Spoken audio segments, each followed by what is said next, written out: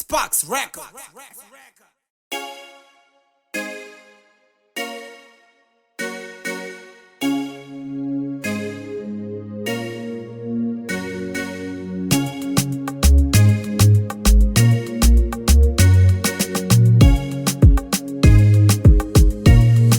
Sparks Record.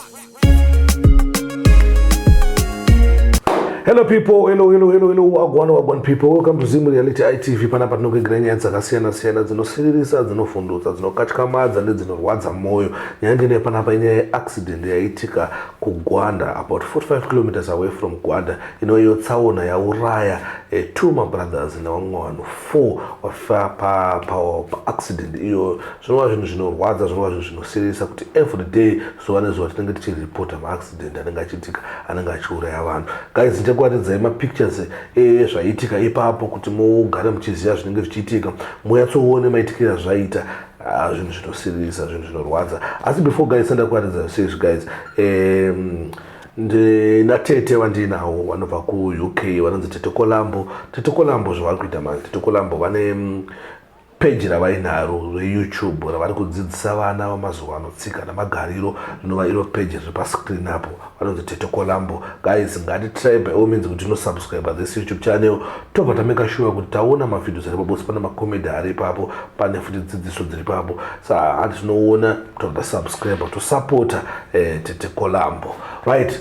Ndipinde zvangu panyaya yangu yanhasi. Nyaya yangu yanhasi guys, iyi nyaya inosirisa, nyaya inorwadza. Ndofamba kuona mufananidzo uri pascreen apo yemota dzatumana dzaita idhoni pakafa vanhu. Ona guys, vafirwa ne2 brothers panzvimbo imwe chete, asi right. So patachita nyaya dzemaaccident tida kuti vanhu vadzidze nekuunderstanda kuti patinenge tichifamba guys, ngatitry by all means kuti tisimuke tanamata kuita kuti Mwari vatinzvengese kune zvimwe zvinhu zvinenge zvichiitika nemhepo dzinenge dziri muroad. 1.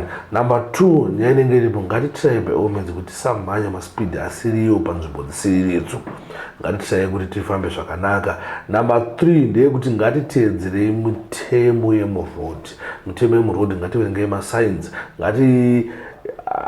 pakaipa guys. Zvinhu zvinorwadza kuti munhu anobuda ari mutano ari right, then accident munhu akusisira, anenge ane mhuri, anenge ane vanhu vanenge vakatarisira kubva kwaari, iwe samutyairi kumusara kuti wakata upenyu hwevanhu that way. I don't think kuti accident rufu runouya raikonzeswa naMwari, Satani anenge apindepo paipai. Saka guys, ngatitry by all means kuti tinamate tisati tasimuka patinenge tichitravela kwatinenge tichienda. Ndonyaya yanga ndinayo guys kuti ndikuudzei, ndikuonesei, ndikukuramba chikuyochidzai kuti patinenge tichidriver ngatisamhanyei. Anyway, thanks for watching, thanks for supporting ZVINORWADZA TV. Asi before sandaenda guys, Fata Brothers, kana uchingoda kuvakirwa zvakachipa asi uchivakirwa zvakanaka, pane kambani iripo yakatibata yakati DJ Sparks solution yekuti tibatsire vanhu, solution yekuti zvinhu zvifambire vanhu, zvinhu zvinofanira kuti zvifambe, wavake dzimba dzavo dzakanaka nemaprice ari reasonable. Fata Brothers ibatei, inoita zvese kubva paground pafoundation kusvika yapera, imba yese yaroof, kwaiswa matiles, yaiswa ceiling, zvese inenge yapera. So guys, ndo nyaya yanga ndinaipesira. Thanks for watching. Always remember that fear not, sin not, whether you like it or not, the truth is the truth. Sparks Record.